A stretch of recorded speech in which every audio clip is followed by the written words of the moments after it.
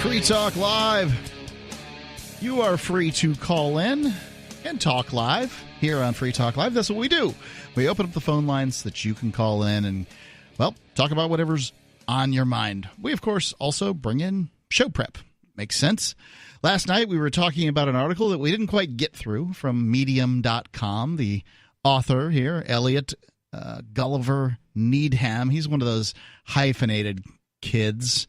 And, he later in the article says he's a Marxist, so you're going to get that from it. But we didn't get terribly far into it. More or less, his premise is that, the article here, Adam Smith to Richard Spencer, Why Libertarians Turn to the Alt-Right. And the byline is Why Libertarians Are Embracing Fascism. And he's going to make a historical argument here. So he goes on to understand why libertarians are so susceptible to white supremacist ideas. We have to look at the history of it, specifically within the United States. The fact is that libertarianism has always been a refuge of racism and implicit support for authoritarianism. Okay, the libertarians are the opposite of authoritarians, and to suggest that they're like authoritarianism doesn't really make much sense or understand libertarians. However, if you certainly can't argue that there are people who have had insensitive positions who have been libertarians in the past. But let's talk about logic will do to you, though. If I'm coming at my position from logic, and if I'm in a fringe group, I probably am, then I'm going to have a lot of things that your feels don't like. And when people demand that they have a right to my stuff and I say no, that automatically makes me a fascist to them. So right. I'm a jackbooted fascist libertarian. Well, let's also talk about, I don't know Mr. Needham here, but I'm just going to guess as a Marxist that he's probably voted Democrat at some point or another. Let's look at the history of that organization, shall we? There's some racism in that organization. Founded the KKK, yep. Interned the Japanese in World War II, passed all the Jim Crow laws. And one thing I'll note is when Democrat Woodrow Wilson became president, he resegregated Washington, D.C., which had all since Reconstruction, Washington, D.C. was a desegregated city, and the federal government was desegregated, so there were blacks working in all kinds of civil service positions. But when Woodrow Wilson got into office, he booted them all out, and he resegregated Washington, you don't D.C. even have to go into the past. They do this now. All Democrats do is tell minorities and women, because I'm not a minority, that we can't make it on our own and we need all this help that white straight men don't need. The rich white liberals that I know are more racist than the Nazis that I know. I've heard that argument, that basically if you want to provide somebody with help, you believe that they are helpless. And, there's an argument to it. I would also, if you start looking at organizations like the Republican Party, I don't want to just crap on the Democratic Party. It's easy and fun.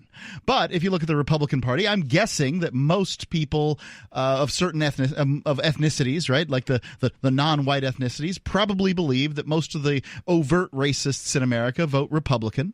Oh, because at some point in the past century, everybody magically switched parties. At some point, everybody came out onto the street in their neighborhood and they shook hands with the member of the opposite party that lived across the street, and they swapped their campaign signs and changed their registration, and suddenly everybody just swapped, and so then the Democrats became the progressive, tolerant party, and then the Republicans, who had freed the slaves and passed desegregation and all this other stuff and were the ones that voted for the Civil Rights Act, suddenly they were the racists. And you can never get them to pin down on when exactly this happened. But if you ask them, does that mean that all the stuff that Woodrow Wilson and Franklin Delano Roosevelt passed that you claim are great Democrat programs, should we be crediting them now as Republican victories because the Republicans now represent what those guys were for, apparently, according to the Democrats? Well, probably not. No. And right. So, but if we look at this list, according to Needham here, he says that it's the libertarians are a refuge for libertarianism is a refuge for racism and implicit support for authoritarianism.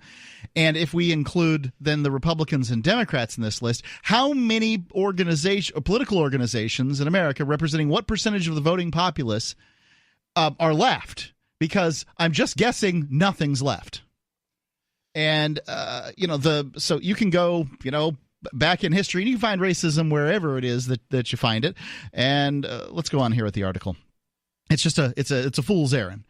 Despite direct contradiction to their supposed ideology, according to the authoritarianism here, throughout history, the men who are considered the cornerstones of right libertarian philosophy, and he does specify not left libertarian. I hate that there's these these markers between them. There's the right libertarians and left libertarians, but all right. Well, that's what I'll accept that. That's my kind of preferred specification. Well, anyway, some people who call themselves less libertarians tend to be more communist than libertarian. And the communists are definitely doing an entryist sort of strategy to try to co-opt the Libertarian Party by coming in and declaring anyone who is, to the right of Henry George as a fascist, racist, patriarchal bigot. Because having logical arguments is boring, let's call people names. It is so not boring. You're just not doing it right if you think it's boring. But facts and logic are racist. That's right. Look at Mises's support of Mussolini, or Hayek and Friedman's backing of Pinochet. Friedman didn't back Pinochet. He gave him some financial advice, whatever. It's clear that these people have always been willing to put aside ideology for what they see as an end that justifies the means. Even in such morally abhorrent cases as supporting apartheid in South Africa, don't know anything about that, or the Confederacy under the pretense of states' rights. Oh, the Wait a leftists second. on my feed are supporting apartheid in South Africa, and none of the conservatives are. Right. Well, I don't know any liberals supporting apartheid, but I don't know that much about it. I mean, admittedly, apartheid in South Africa was kind of before my time, and I didn't pay that much attention. But when you talk about supporting the Confederacy under the pretense of states' rights, you don't understand my position. My position is this, and it's really, really clear. If we're going to presume that there are states and that those states have rights, then if that state, as an organization that is legitimate, that's what you're presuming. I'm not, but fine, let's do that.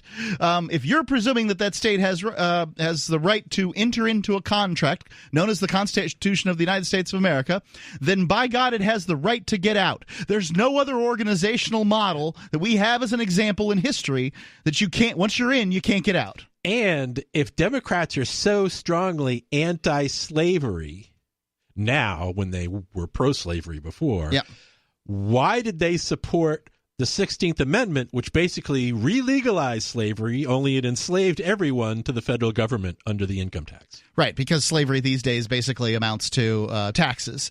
And when you have to, slavery is giving a certain amount of the fruits of your labor. Right. Yeah. The fruits of your labor go to somebody else. And that's what's going on with taxes, too. So anyway, going on here. This lingering white supremacy in the libertarian movement carried on beyond the 20th century into the beyond the mid-20th century, into the ideologues of Murray Rothbard and Lew Rockwell. Rothbard himself wrote, "The proper strategy of libertarians and paleos is a strategy of right-wing populism." Well, I guess my defense of that statement would be is most people are conservative by nature. And right-wing populism is gun rights, because that was really the preeminent. It's anti-immigrant too. But it was gun rights were the preeminent civil rights issue of the era in which Murray Rothbard was talking about those things. It had nothing to do with segregation or desegregation or immigration or anything like that. It was almost entirely about gun rights. Libertarians have a heck of a time with patriotism, and that's considered right-wing populism. And gun control laws, I should remind people, were passed under the Jim Crow legislation to disarm blacks. That's absolutely the reason for them. So anyway, he's basically comparing right-wing policies to Donald Trump here. Of course, what else would you do? Free Talk Live, 855-450-3733. It's 855-450-FREE.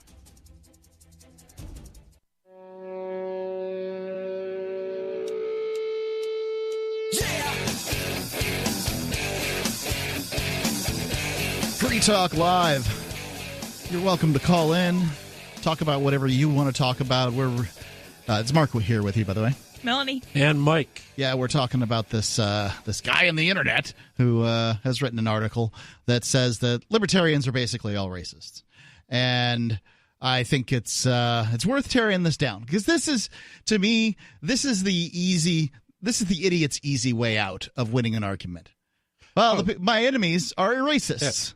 It's also kind of irrelevant. So if I have a ideology for a societal structure, I could be the most evil person that ever walked the face of the earth. I'm either right or wrong on my own merits. It's not relevant to the discussion. It's relevant to whether or not what kind of person I am. It's not relevant to the conclusions that I come to. Right. That's the ad hominem attack, as they say, is attacking the person rather than the argument. When you can't attack the argument, which in many cases leftists do not feel qualified to do, or they feel like attacking the actual argument isn't working, so why not attack the person who's over there? And as Goebbels says, to always blame the others of that of which you are guilty. That's Goebbels, Goebbels, or whatever his name is. Yeah, Hitler's guy. There you go. So let me tell you about Bitcoin.com. I cannot stress this enough. Bitcoin.com is your premier source for everything that is Bitcoin related. If you need to get some Bitcoin, they got it at Bitcoin.com. If you need to get a wallet to put your Bitcoin in, which of course you already have a wallet if you have some Bitcoin, but they have a really great wallet over there at Bitcoin.com. You can get some free Bitcoin. They've got a free faucet. They can show you where you can spend your Bitcoin, places like saveatpurse.com. You can also read the latest news or engage in with the community at the Bitcoin Forum. They've got everything you need there. And by latest news, they have a news department at Bitcoin.com. Learn more by going over to Bitcoin.com. It's Bitcoin.com. And going on with the article here from Medium, we can see this again with strands of white supremacy throughout Ron Paul's two presidential campaigns in 2008 and 2012. Perhaps the clearest place is where internet libertarianism flourished. Paul was the favored presidential candidate by libertarians, and if you spent a lot of time on websites such as Reddit in 2012, you almost certainly saw massive amounts of support for him. Of course, while not everyone who supported Ron Paul was a racist, well, thanks for that, buddy. That's really kind. He was surrounded by racists, and they had a strong place in his campaign, including future alt-right leader Richard Spencer. Okay. False. Wait, what? No. Richard Spencer is an outright socialist. There's no way he supported Ron Paul. I think that I heard that he was in the campaign, but anyway. This is the claim by the guy. My favorite part is that he links a YouTube channel here to that, so I can't even look at his link to suggest that Richard Spencer was somehow involved. But even if that was so, he suggests that he's surrounded by racists, and then says Richard Spencer. That's not surrounded. Richard Spencer doesn't count as more than one just because he's like more famous or powerful. Or more racist or anything. They did have this, they smeared Ron Paul during the campaigns with these newsletters that he had put out at one point. Texas Straight Talk was what they were called. Which hadn't even been written by him. No, they weren't written by him, and they probably should have been edited by him, but as a person who is sort of, at the top of an organization, I can tell you it's difficult to handle every task.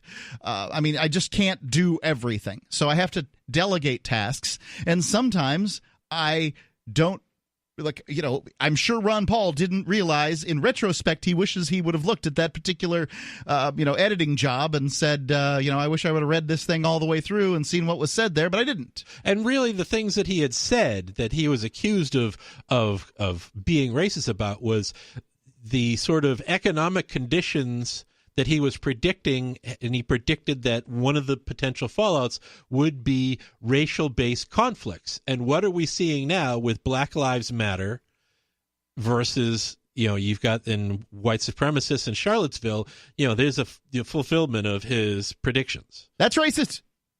Anyway, going on here, but it wasn't until the collapse of new atheism that right libertarianism would reach the peak of its internet success. New atheism was the primary shelter for teenage white, middle-class men around 2010. I'll take your word for it. I wasn't there. I wasn't one of those things either. Certainly wasn't teenage. And I'm ashamed to confess I was one of them. Reddit was originally one of the biggest places on the internet for new atheism, with r-atheism being one of the biggest subreddits on the site. Over time, it transitioned from hating religion to hating social justice warriors, supporting Ron Paul's presidential campaign, and fighting for libertarian issues like legalization of marijuana. Just as we can draw a direct line between right atheism and white supremacy, right libertarianism and white supremacy, we can do the same with new atheism and the libertarian movement. Okay, we need to, I'll take your word for it. I mean, I don't know. I wasn't there. We just need to look at YouTube to see the rational skeptics like the Amazing Atheist or Sargon of Akkad transition from new atheism to classical liberalism to the alt-right. Now, Sargon of Akkad supposedly is not alt-right at all. Neither of those people are alt-right. He just is not afraid to cover those issues in person. And one of those people is a leftist. Amazing Atheist? Yeah. I don't know any of this stuff. I don't follow any of these things that he's making the claim on here. Yeah, Amazing Atheist was what they called an A-plus person, which was a group of left-wing atheists who were trying to co-opt the whole atheist movement for progressivism. I'll take your word for it. All these communities carried over a similar audience, the previously mentioned white middle-class demographic, mainly on platforms such as YouTube or Reddit. Indeed, it could be argued that the part of what made new atheism so popular among its demographic was not only the counterculture rebellion against traditional societal values, but strands of Islamophobia. Obviously, and this does sort of happen in atheism. They'll say things like, I hate Christianity, but boy, those Muslims are dangerous, or whatever it is that they say. And I suppose some of them are, but obviously not all of them. And it seems like anybody from the Middle East is always called out as a Muslim, whereas anybody who commits a terrible, heinous crime from any other place isn't called a Christian. Like this guy who shot up the mosque isn't being called a Christian. He's just being called, a bigot. And that's probably fair. Pinning him down on anything is hard, given his manifesto is so full of memes from 8chan. I mean, what exactly does he represent, which was just a joke? Yeah. So with the transition from new atheism to right libertarianism, the alt-right had a clear target for conversion and recruitment.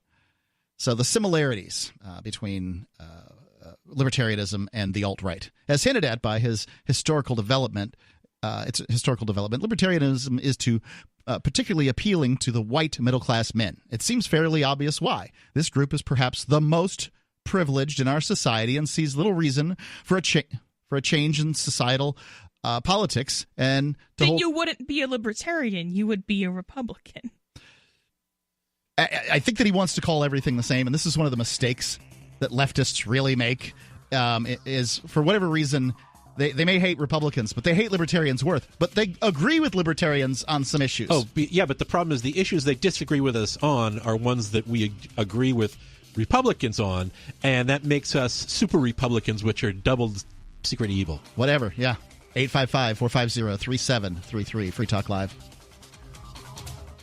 Bitcoin.com wants you to know about SaveItPurse.com. Since launching in 2014, over 200,000 users have saved an average of 15% for a combined $4 million using Bitcoin, or BTC. And now you can use Bitcoin Cash, BCH, to fund your account. You can save between 5 to 33% on things you're going to buy anyway when you shop using SaveItPurse.com. Add items to your cart, fund your account, select your discount, and save. SaveItPurse.com. Save ATPurse.com.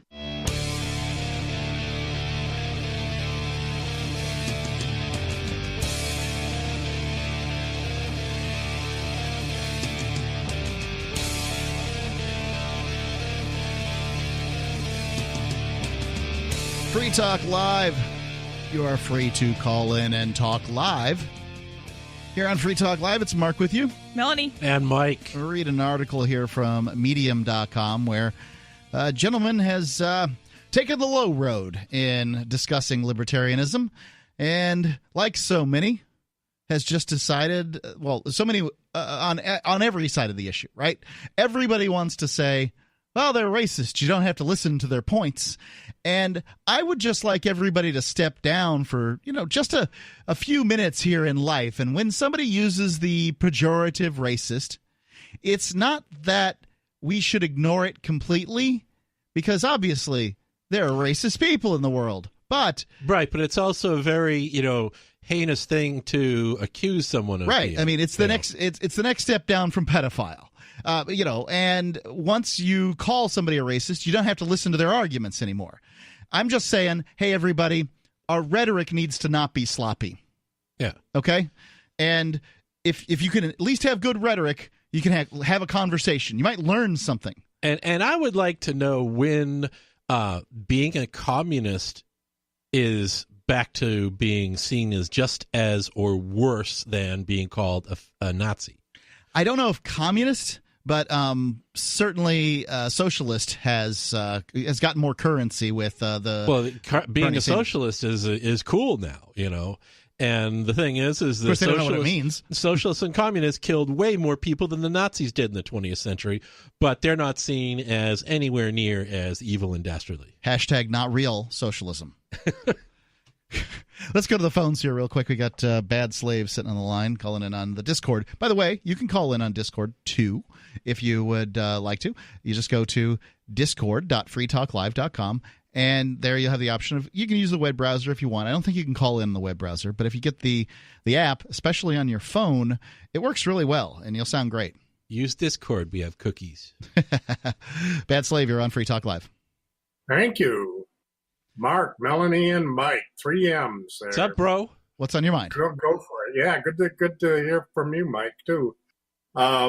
Listen, I was watching an imam somewhere, I don't even know where, but he was speaking English, a little bit of Arabic, just like Will Coley, and they were all commiserating about losing, all their compatriots there in NZ, and I, I'm way with them on that.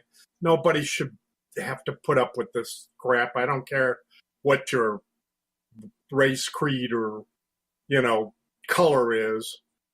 And the fact is that these people, there was a bunch of it looked like there might have been 100 people chiming in on the comments on this guy's live stream, and I just kind of threw in a couple of things about self-defense in there, that the right exists and it's a good idea. Yeah, even if you don't have to use it. We won't know what would have happened in the New Zealand situation if people would have been able to carry handguns, because basically it's really close to just illegal in New Zealand, at least according to what I've seen on the internet. It's not illegal. It's not close to illegal, but it's you can't use self-defense as a reason to put on your application for a gun license. So you have to say, hunting or target shooting is your reason for that. But you can't carry. I mean, you don't need a concealed carry permit for target shooting, right? If you're carrying, I had it because I was going to go and do, target practice afterwards, my mosque meeting or whatever, and I was going to, I was definitely not going to defend myself, but there I was with my handgun, and so I went ahead and, picked the guy off, and, I don't know how many lives. Well, I don't know New Zealand law, but I kind of doubt that all these countries that have those kind of restrictions are going to be like, oh, well, you could just carry as long as you're vaguely on their way to the range. Carrying is probably pretty illegal. Well, I don't know. Do they have ranges there even? Yes, they do. Well, actually, my cousin immigrated there when he finished his doctorate in climatology in Auckland. So, he was able to bring his firearms from the U.S. to New Zealand. He had to register them and get permits and all that kind of stuff. But... So firearms or not, I was addressing the idea of hate, and I put that in quotes because it's not my word. And they used the word hate so much in their comments to this imam in wherever he was. I don't even know. It was just one of those random things where you see something going on and you pick it up on Facebook Live. And so it was all talking about all this hate. And I eventually put in a thing in there. I said, listen, I doubt that hate really has anything to do with this idiot's shooting event. He had a particular, list of objectives, and I doubt that hate was in there. He was definitely an ethno-nationalist.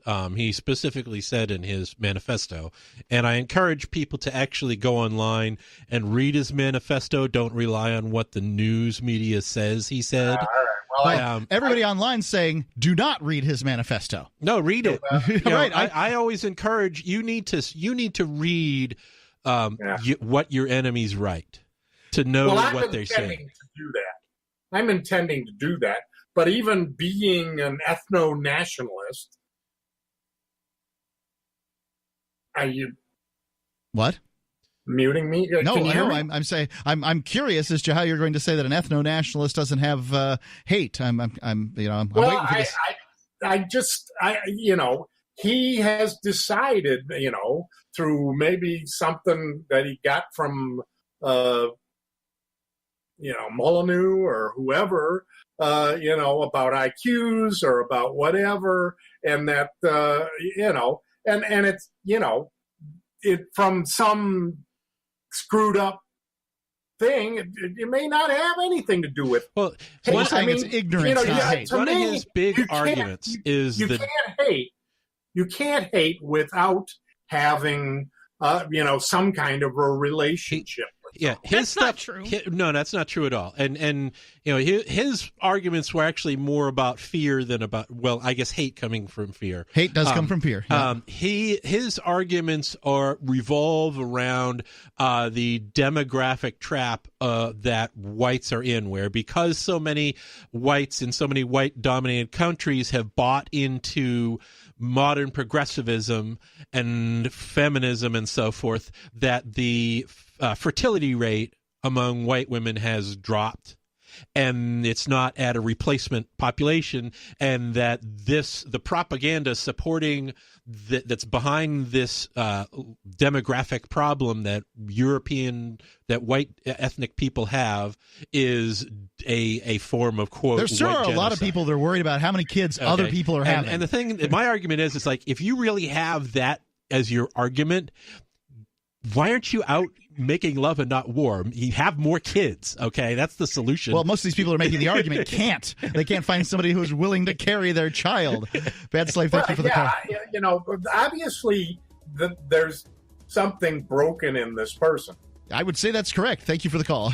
It's pretty obvious. I mean, he went in and shot up and killed 50 people. And sounds pretty hateful to me. Prison's going to suck. I guess his point was it was ignorance, not hate. Okay. 855-450-3733. It's 855-450-FREE here on Free Talk Live.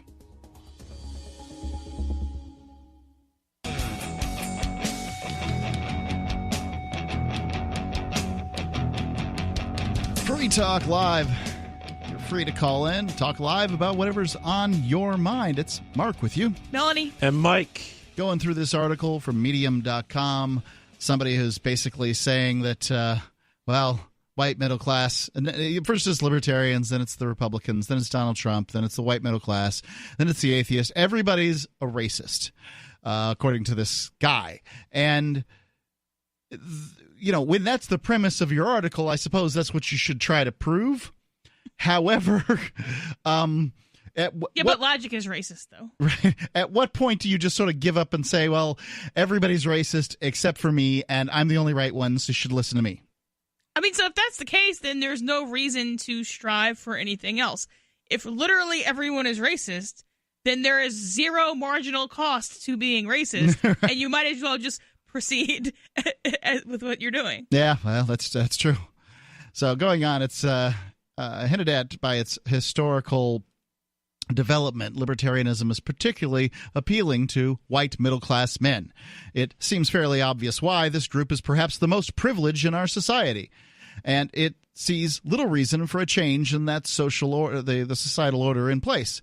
Similarly, well, obviously, rich white men, if you're taking this premise, are more, benefiting.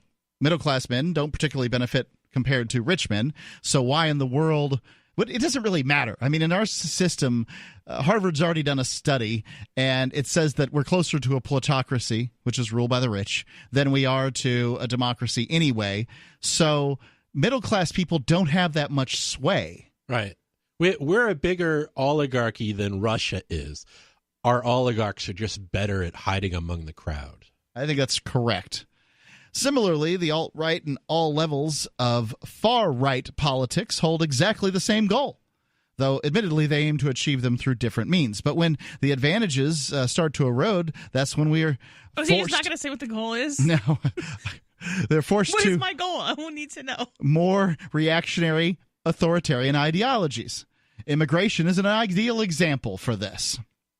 Since under a libertarian ideology, immigration should not be restricted in any way, borders are one of the major constructs of the state, and we shouldn't be restricting the right of people to choose where they live. However, if you actually talk to libertarians, very often you'll find that they are far more against immigration than their supposed ideology would suggest. And this is where I love having this debate with the so-called left libertarians, because in a perfect anarchist society where a society without a coercive state, all land will be privately owned. Sounds pretty accurate. There will be no public, and the water too. There will be no public rights of way, no unclaimed land, because anybody can claim any land.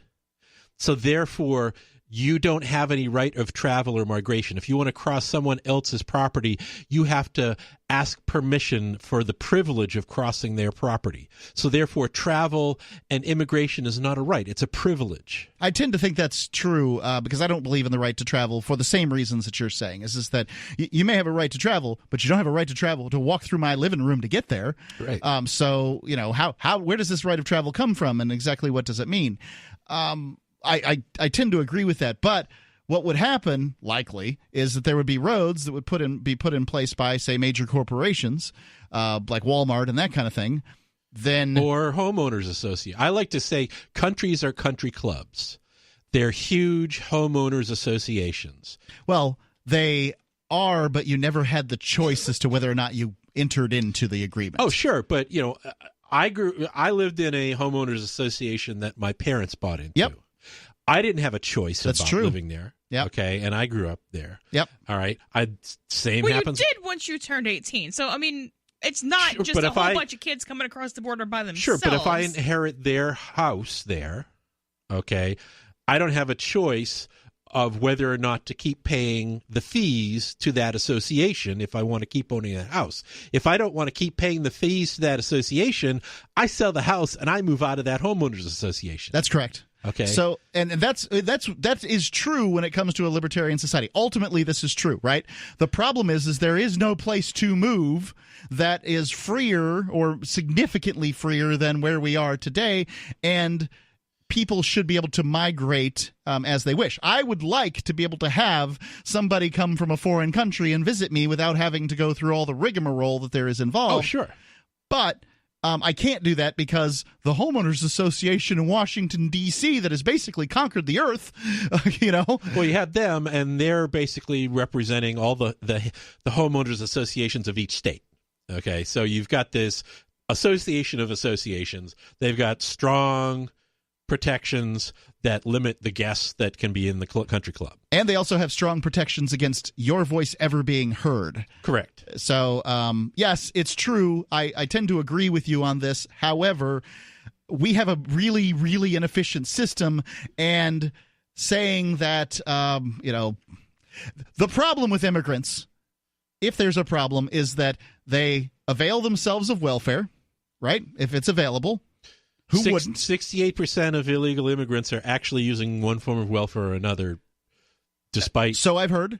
prohibitions. And right, I mean, if that's if you include their children who are American citizens and things like that. Right, the anchor babies, as it's referred to.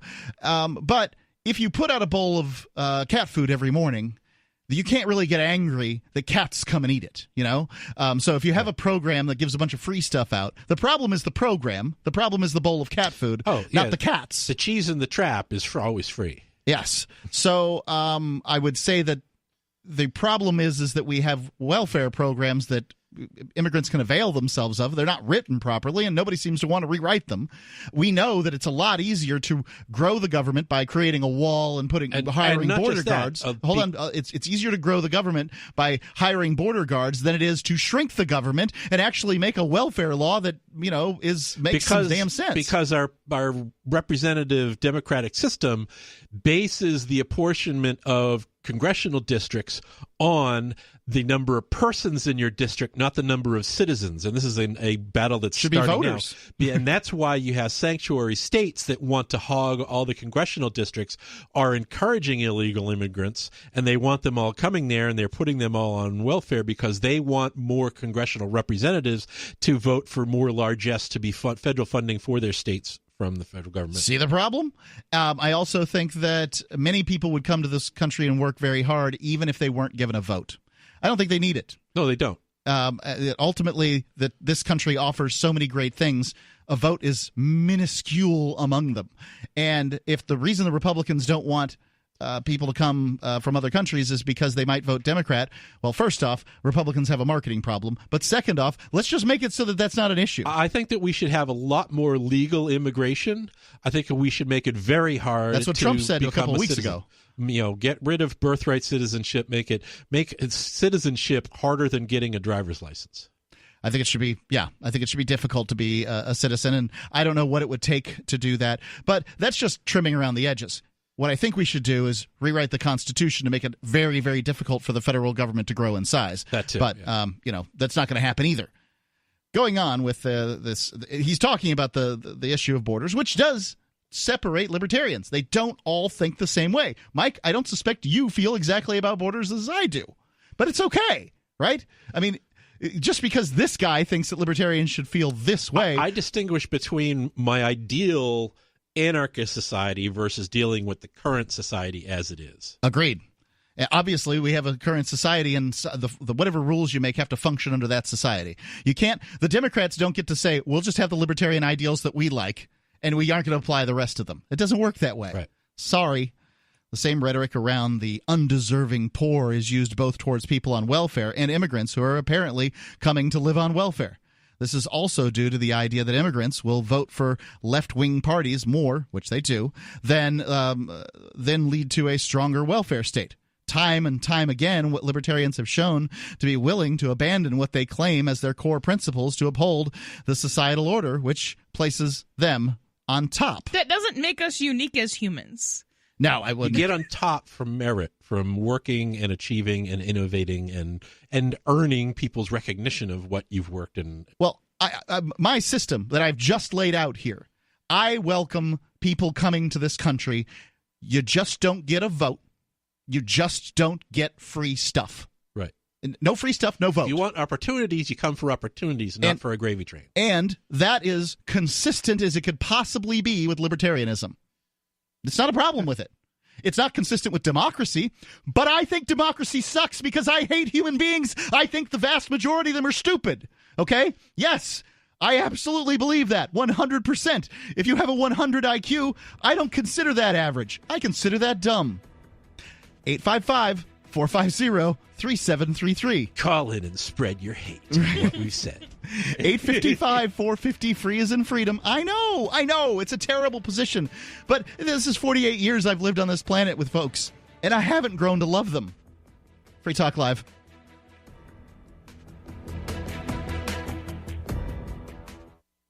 Go to themorganreport.com and receive updates and insights you will not find anywhere else on the web.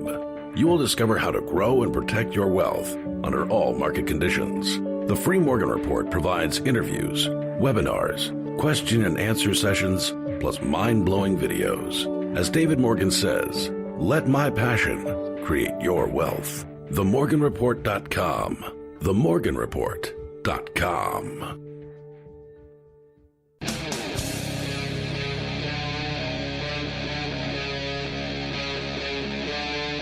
Free Talk Live. Kicking off the second hour of Free Talk Live. You can call in, talk about whatever you want to talk about here. We're going through an article about, well, first it was about how libertarians, then it was about how atheists, and then it's about everybody's a racist, basically. And I think that it's important to look at these arguments as they're laid out, because many times they're attractive. The idea that you could just call your opponent names and forget about anything that makes any sense. But it's to me, it's very frustrating. If we're going to have discussions, public discourse, let's everybody learn a little bit of rhetoric, shall we? I mean, it'll make us feel a lot better. It's Mark here with you. Melanie. And Mike. 855-450-3733.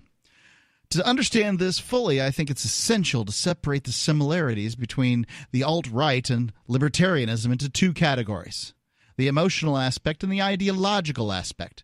The emotional similarities between the two groups allows libertarians to become sympathetic to the alt-right. Then the ideological aspect allows them to become fully integrated. This is how libertarians become alt-right. I thought we were supposed to be all sympathetic and have empathy and have feelings and... Not towards the wrong people, Melanie. Not towards the wrong people. The emotional similarities between these two groups can be understood as language and attitudes that they both share. To begin with, both groups are primarily opposed to the same thing: social justice. When watching a libertarian and neo-fascist complain about feminism, it's almost impossible to tell the two apart. I don't think that's true. As a libertarian, I would say that women should be equal, that everybody should be equal. And when I complain about things that aren't equal, and that would be the only thing that I would complain about. I'm not complaining about feminism, unless you're talking about this ranting third wave feminist stuff that I see on the internet, which just looks like insanity. Social justice. It looks like Marxism. A bunch of crazy stuff. So I think that you probably Marxism. have a very different definition of equal than a leftist does. I would agree on that. So because we can't agree on what are rights, because the libertarians, people on the right, recognize rights as what are called more broadly negative rights, which are things that you can exercise that don't put any duty on anyone else, any positive duty for others to perform for you to enjoy those rights. Whereas the communists, the socialist people on the left recognize what we consider privileges to be what they call positive rights, where it puts a burden on everybody else for you to enjoy something, i.e., I have a right to health care, so therefore you should pay for my health care. That's a positive right or privileges. Right. I mean, it gets very complicated when discussing rights theory, which very few people are qualified to do, especially people on the left, because they're not even having these discussions. You have to determine how a right becomes. What is a right? Please, in order to abide by the Socratic method, we're talking about rhetoric here, right? You must first define terms. Right. If you don't have a definition for terms, you can't have a discussion. If I'm talking about rights and I mean negative rights, and you're talking about rights and you mean positive rights, we're not even, never the twain we meet. And a lot of those arguments, they slip you a Mickey, like the right to health care argument. Yep. Sure, you have a right to health care. You have a right to receive health care that you can purchase on the free market from anyone willing to offer it to you. Right. Just like I have a right to purchase a firearm on the free market from anyone willing to sell it to me. That's how you exercise a right. You don't exercise a right by the government buying it for you. So one way that I like to look at rights is looking at the caveman. I understand people probably didn't live in caves nearly as much as we previously thought. But regardless, let's look at the person on the plains, the savannah, as it were. Does he have the right to his own religion? Sure he does. Sure. He can come up with whatever his religion is, and he can or she can abide by that religion. He's completely free to do so. Does he or she have the right to freedom of speech? Well, to what level they can speak is up to them. However, yes, they have the right to yowl at the moon if they wish. Frog speaks. Right. No problem there. Do they have the right to own property out there? Well, sure, they can stake off a piece of land. They can improve that land. They can do all those things. Do they have the right to health care? Okay, well, they can chew up some roots and put it on a wound or something. So, and if they can find a shaman, they can... Right, a shaman can shake some bones at them or whatever it is that he or she does. But, I mean, why don't they have a right to, I don't know, an iron lung? Well, because it wasn't invented. Right.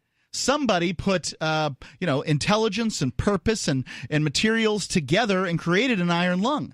They deserve to be compensated for that. Now, I'm not saying that healthcare should be as expensive as it is, but consider this, ladies and gentlemen. This is really important. Just listen for a second.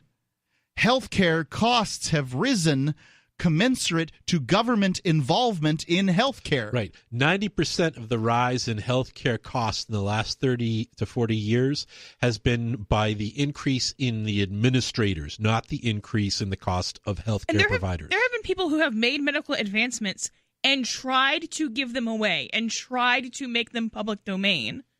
And insulin is one of them, and I think it was the polio vaccine. Yeah, polio.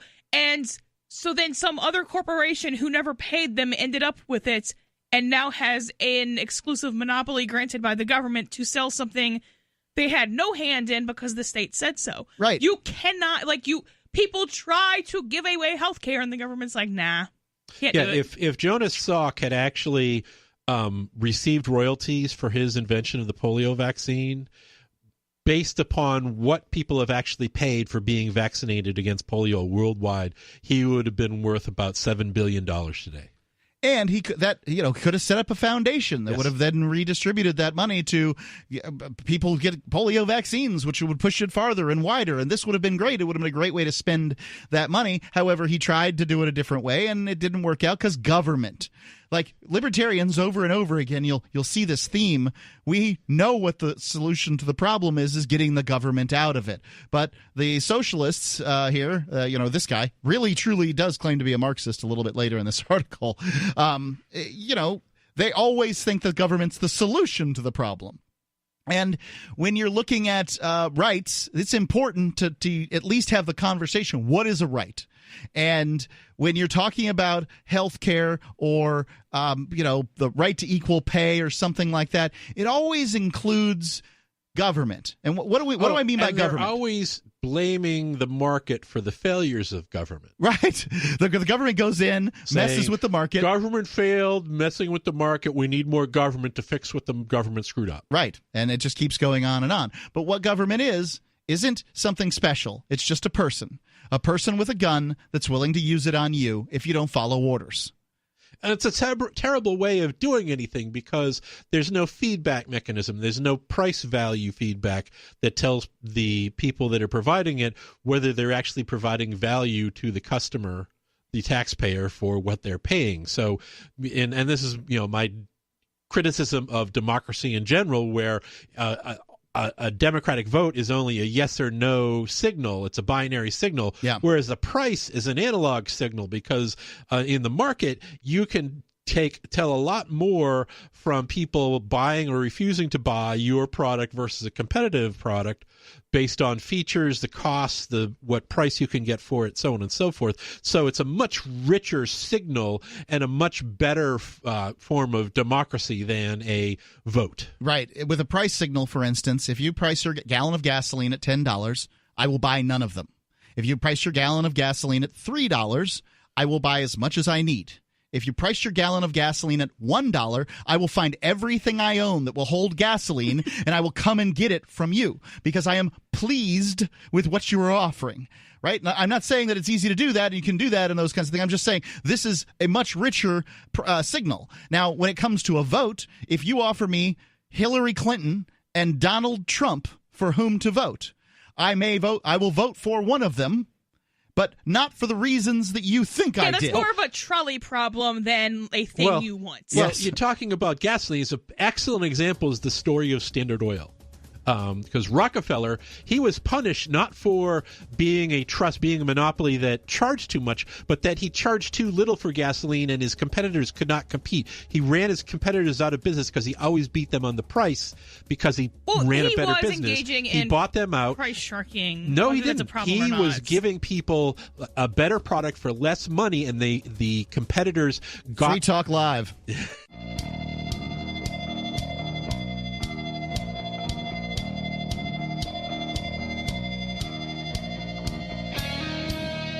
Free Talk Live. You're welcome to call in and talk about whatever you want to talk about here on this live edition. It's Mark with you. Melanie. And Mike. Some of you who've been listening to Free Talk Live for some period of time may have heard about the Porcupine Freedom Festival, which is also known as Pork Fest, as in Porcupine Fest. And if you have heard about this and you're like, oh, I heard it isn't what it used to be, there's a way that you can enjoy the way that Pork Fest used to be. You can go to Fork Fest 2019. Fork Fest is from June the 13th through the 18th at Rogers Campground in the beautiful White Mountains of New Hampshire. It's a fork of Pork Fest, essentially, and you're invited to come and create whatever experience you'd like to have with others. There's no central planning around Fork Fest. It's decentralized. And so you can set up, like Jay Noon has, you can set up Man Camp. There's let's see, Derek J. and his partner Steven, they've set up the Big Gay Dance Party. And so there's lots of things. You can create whatever you want, or you can simply relax and go camping with other liberty lovers, which is, it's a lot of fun. Just enjoy what other people do. For more information to connect with other Fork Festers via the unofficial Telegram chat, because there is no official Telegram chat, you go to, or the Fork Fest forum, visit forkfest.party. That's a web URL, forkfest.party. Let's go to the phones. We've got Guillermo in Albuquerque. Guillermo, you're on Free Talk Live. How are you? All's well. What's on your mind? I just called to tell you that government is the best thing that has happened to the world if the government is ran correctly like it is here. Where's here? In the United States. The United States. Okay. Well, can you give me a premise that upon which you base the statement before I tear it to shreds? There is safety. There is safety. Did you say safety? There is safety. Okay. Yeah, there's safety. There is consistency. There is specific rules that people have to follow. Dude, are you high? Because this is completely absurd. All your allegations. No, you ever read what Ben Franklin said about safety? Okay. He said that how is it unsafe here? You can have safety or liberty if the more you pick safety, the right. So that safety is incongruent with the term liberty, and if you choose safety, you will neither get safety nor liberty. Who cares about Ben Franklin? We're talking about 2019. Who cares about that Constitution? It's just a darn piece of paper. If you think that there's consistency in a set, clear rules you need to follow, we're not talking about the same country. See, now this guy is an actual fascist. Okay, people who say that the job of government is to deliver safety to people, that's fascism. Yeah, that's pretty much what it is. I mean, it's authoritarianism, certainly. How is it fascism? Well, it's authoritarianism. Let's go with that term. When you choose safety of the public over liberty of the public, you need to achieve that safety through an exertion of force. So liberty to you is to let people do whatever the hell they want? Liberty is the ability to do what you want, so long as you don't harm anyone else. And the harm has to be provable. Okay, but you leave the definition of not harming someone else to an individual. Well, which individual are you talking about? I mean, no. You and me. So I molest an the 11-year-old, but I don't think that's harming him. So it should be up to me because I have Well, the 11-year-old may disagree with you on that, and his parents may disagree with you on that. And then they would have a that's where tort your against disagreement ends you up in court. No, but that's where the government has to tell me that that's not right. And the child's father may say Guillermo, shooting pedophiles is perfectly okay. Guillermo, if what we're talking about here is pedophilia and the government's role in handling pedophilia, let's just go ahead and talk about that. I'm talking about the trillions of dollars that this country is in debt because of foreign adventurism, because of social welfare programs it can't pay for, because of schools that are run by unions for the profit of union members and not for students. I'm not talking about pedophilia. You want to go to something easy? Well, yeah, you and I can agree that there's an age of consent. You know who does not agree with that, though? The FBI. Why are you so angry? I'm angry because you took the shoddy way out, Guillermo. I mean, the general public would deal with that a lot better. The general public would just get rid of the pedophiles. Right, they just kill them. The United States federal government would become the largest distributor of child porn on the planet. That's what the United States federal government did. The safety that government delivers. Hold on, guys. Let Guillermo say something here. Go ahead, Guillermo. Okay. The consistency that I'm talking about is that no matter where you are in this country, the same rules apply to everybody, and that's because of that is completely false. Well, that's not true either. The government's I'll give you a good example. And safety is to protect criminals from the righteous wrath of the public. That's the purpose of government. But what about this? Have you ever seen a cop pull over a cop for running a stoplight? Yeah. You have? A cop pull a cop? No. No, that's because they don't. That's because they operate by a different system of rules. Do you think the politicians operate by the same rules? No. So we have different classes of people. You said there was consistency, and I'm saying there's the state and there's you. And the state operates by different rules than you do. It's not consistent if you have politicians living by a different set of rules than you and me. I'm not including politicians at all. I'm including police and bureaucrats and anybody rich enough to buy off a policeman. Why do we need cops and politicians, Guillermo? Why do we need what? Why do we need cops and politicians? We don't need politicians, but we do need cops. Well, how are you going to have laws without politicians, buddy? Well, because the politicians should not be paid, and it should be a system where if you want to serve the public, you should serve them without pay, without any compensation at all. That's pretty much how it is here in New Hampshire, and it's not that much different. Yeah, that's pretty much the case here. Yeah. So why do we need cops? Supposedly to protect and serve from bad people. Wait, supposedly. We need and find people. And find as many black people that they can claim things black on. people. So what unique things? Hold on. Gary almost said something here. Did you say incarcerate as many black people as they could? Yep. That's what you're hoping the cops will do? That's what they do. Well, but we don't need them for that. We need them to protect and serve. Excellent. So we need police to protect us from the bad people. We need bad people to protect us from the bad people, right? Now, you said that the U.S. government is the best government out there. Now, I will tell you that the Supreme Court has ruled on many occasions that the police have no responsibility to protect you or me, period. Okay, go ahead and clarify, Guillermo. I didn't say it's the best government there is. I'm saying that the things that this government does, a lot of them work. A lot of them work. Some of them don't work because nothing is ever going to work perfectly. Well, but a lot of them work. I think that's true, but the government doesn't get any feedback mechanism, right? Like, there's no way to know whether it could work better. And politicians, people in power, are always going to aggregate power to themselves, power and money to themselves as best they can, and that's what they've done. Yeah. We pay a whole lot.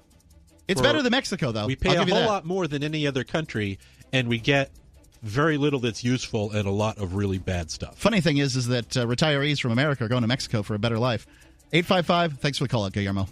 855-450-3733.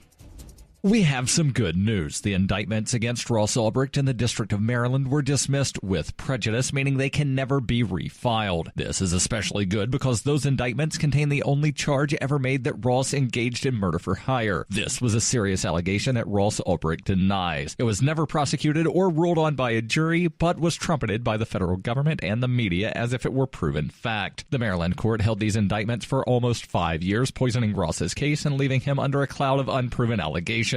As explained in Ross's appeal to the Supreme Court, the fact that the judge used these allegations to give Ross a draconian sentence of double life without parole violated his Sixth Amendment right to a jury trial. Judges are required to issue sentences based on convictions decided by a jury, not unproven allegations never even charged at trial. Although this is a positive development, the dropped indictment will not set Ross free. Now, a presidential pardon is Ross's only hope of freedom. Sign the petition at freeross.org. freeross.org.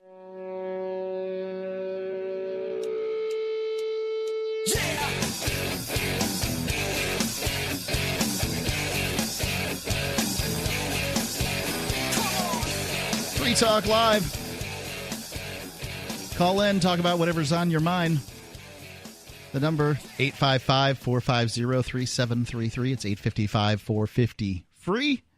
And Guillermo called in just in the last segment. And he, I think that he's pointing out some things that are pretty fair to point out, right? Like so first off, one of the first tricks is to say the American government, if you're looking, American government's great, so government's great. And, well, consider that the American government rules 300 million people and the world has 8 billion in it. So the American government rules very few. However, it does the Washington, D.C. does operate as a city-state that controls the planet. But, he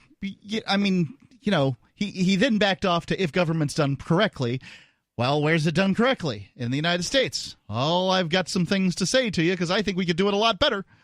So, I'm not sure I entirely disagree with the guy. I think that the American system is better than most because of federalism. Well, right, and the flu is better than AIDS. That doesn't mean the flu is something you want to get. I think we could get better service if from smaller organizations, yes. And that large organizations tend to aggregate power to themselves, so you have to watch out for them. And over time, the federal government has aggregated power to itself, and the states have lost power. Right, and this is the thing that the Democrats never want to say is that Barack Obama aggregated more power to the presidency than anyone had up to theretofore to his presidency. He had the least transparent organization and operated with impunity on issues that would not have been acceptable decades before. Now Trump, he's doing it too. Well, what do you think it's going to be like next? You think suddenly we're going to get somebody in there that's going to operate from a constitutional standpoint? We're getting to the tipping point that where we're going to be transitioning to an empire. That's what my concern is.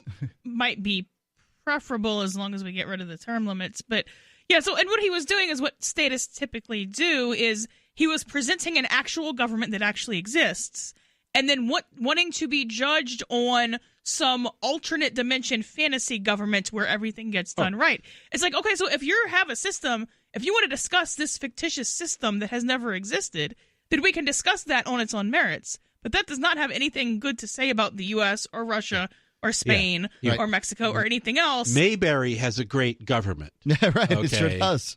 But if you're going to, some place where you have a lot of patron-client relationships in town and, it's a political boss mayor running things and, lynching people and that sort of thing, that doesn't sound like a pretty good not a great deal. Okay, so you have a wide range of quality in government, even here in the U.S. Now, we aren't quite as bad as most of the earth, but we aren't quite as great as some small areas of the earth that have probably done a better job, like some of these microstates. Yeah, in many cases, these microstates like, Andorra, Liechtenstein, Luxembourg, I presume the Vatican might fit in there. There's Monaco. Even Singapore. Yeah, Singapore. Singapore is not exactly free, but it is economically free. Yeah. Hong Kong was doing pretty good there for a while, but then they started letting more and more democracy in. And as you get people's opinion on how the government should be run, it gets more and more intrusive. Right. So the United States, I believe, is going in the wrong direction. It used to be freer than it is now, and generally, liberty is a good solution to problems. But please call in again and talk about other issues. How you think that we can have more government to fix things. I will say, the difference that I take between Obama and Trump, whether you count both as authoritarians, is that I don't look at I look at what they say and what they do. Mm-hmm. Okay, number one, but I also look at who's supporting them and who's attacking them. And all the people that I despise, the collectivists, the people who the rent seekers, the people that benefit from big government and from building plutocracy and cronyism and building the bureaucratic state, loved Obama. They hate Trump with a passion. So that tends to tell me, why are they so hostile to Trump, even if Trump may be doing some things that I don't like. Well, I like him for that. Yes. At the very least, he pisses off the people that I like the least. Someone who pisses off the people that I like the least, that makes me give that person the benefit of the doubt versus someone who may, that is more of a friend of those inimical forces. A few months ago, I heard him talking about more immigration, more legal immigration. Him talking about trying to make good with North Korea, get out of Syria, get out of stay out of Iraq. What was the other place that he wanted to get out of? Some other war zone that he wanted to get out of. And that sounds good to me. So. I don't know if he's in charge of that, though. Well, I wonder. There's a to and fro. For instance, John Bolton was trying to walk back Trump's pullouts from Syria, but then now the Trump administration is saying that their forces are going down to 1,000, and even then the Pentagon came out and corrected and says, no, we're drawing it down to 400. So it looks like things are going in the right direction. We'll see if that changes at all. Let's go to Sarah calling in from New Mexico. Sarah, you're on Free Talk Live. Yes. Did you know that I've been shopping more at CVS? I did not. Ever since they got rid of all the tobacco products. That was a while ago. It's been some time, but every time I go up, I'm kind of happy about that. It never made much sense to me that a drugstore that was meant to heal people is selling tobacco. They actually do still sell tobacco, though. They just only sell the elitist forms of tobacco. Like they sell chewing patches gum? and gum. Okay. Which is the exact same thing. That's not tobacco. That's a nicotine product. But all right. Well, I mean, so the thing is, they were supposed to lose like $30 million per year on the profits from tobacco. But I'm going in there more than I shop at Walgreens just to show that they will make more money doing what is proper. It's the principle. I suspect they have made some more money by doing it, and I think that it's. I think it was the right move for them personally. Leave the tobacco to other locations. If you're in the business of healing people, don't be selling the thing that, frankly, is the cause of more deaths on the planet.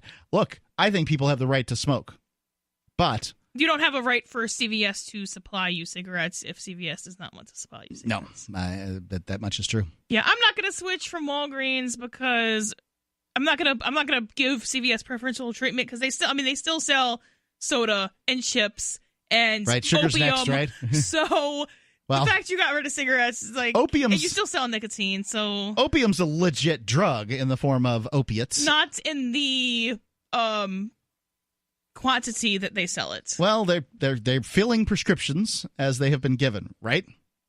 You don't have to carry opium. You don't have to carry any prescription. I don't know if that's so. If you're going to be having a pharmacy license, you know what? They always ask me if I want to donate $3 for anti-tobacco programs, and I have given at least like 10, 15 times $3, like over the last 2 years. Because I believe that it makes a difference. If a million people, let's say there's maybe like 300 CVS. I don't know how many, like maybe 1,000 or 3,000 here in America. Let's say 1 million people gave $3. What is that? That's $3 million for them to invest into anti-smoking programs. Probably lobbyists to get more anti-smoking laws put in place, which, of course, Sarah doesn't have a problem with at all. I would have a deep problem with. I tend to not like those cash register donation things because in many cases you just don't know where the money goes to. The cashier doesn't care. I don't have an objection to smokers putting that because they're already paying for all of the... Thanks for the call, Sarah. The judicial rulings, the lawsuits against the cigarette companies for giving cigarette smokers lung cancer, they just passed those costs on to the smokers again, and the smokers are paying for the cost of those lawsuits. What else will they pay for, right? and the incredible taxes, too. Free Talk Live, 855-450-3733. That's 855-450-FREE.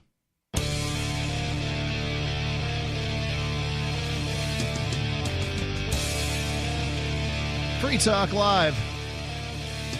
You can call in and talk about whatever you want here on this edition of Free Talk Live, and that's really unique in the area of nationally syndicated talk shows.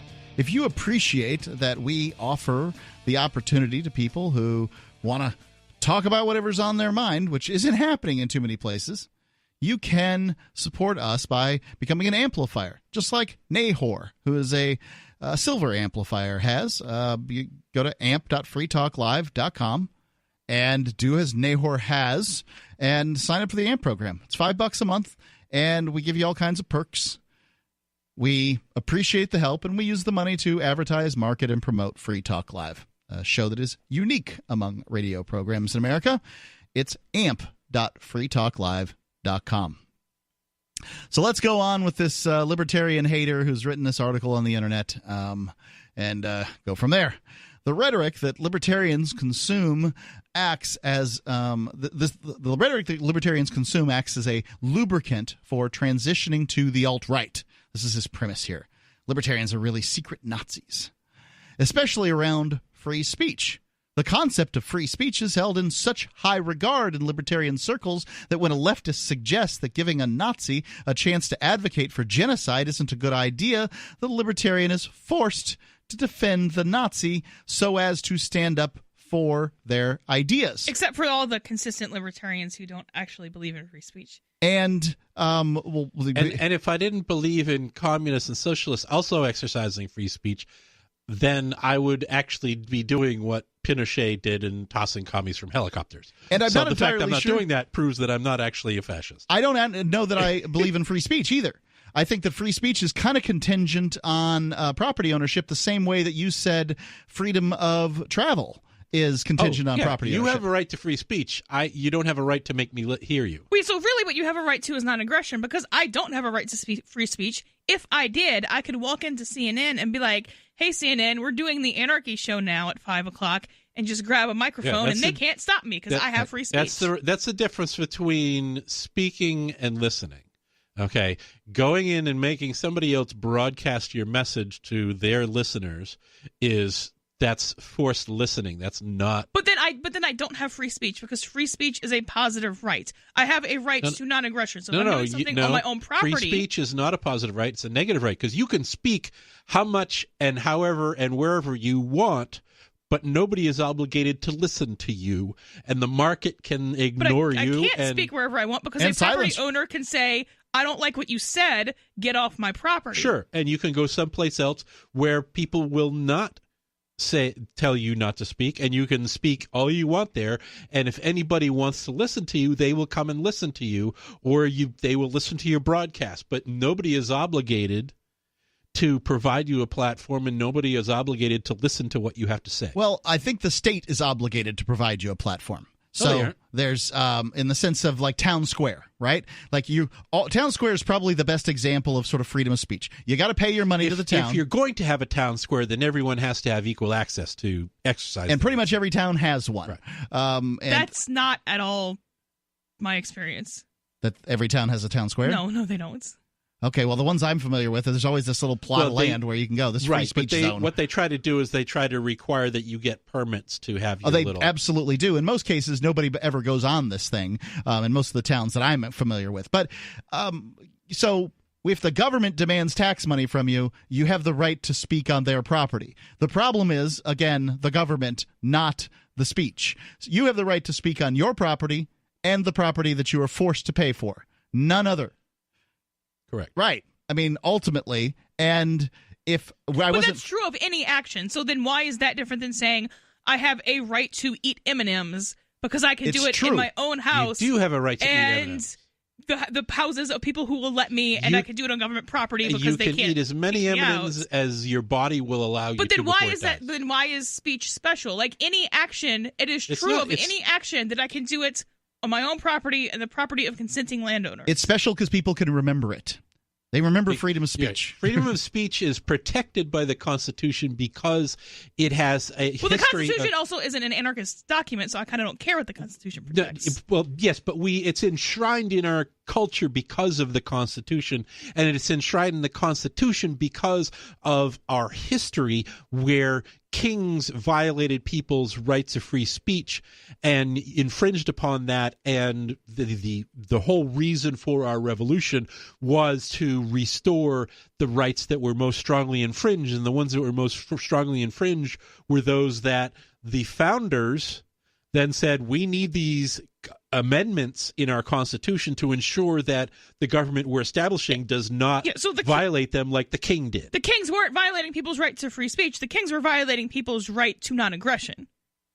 It's because you do owe people non-aggression. No, you don't owe them free speech. The king was charged. The stamp. His motive was to censor speech. No, the Stamp Act was requiring people to pay money and get a stamp on anything they wanted to publish. So if you were publishing, that's a violation of non-aggression. That's press.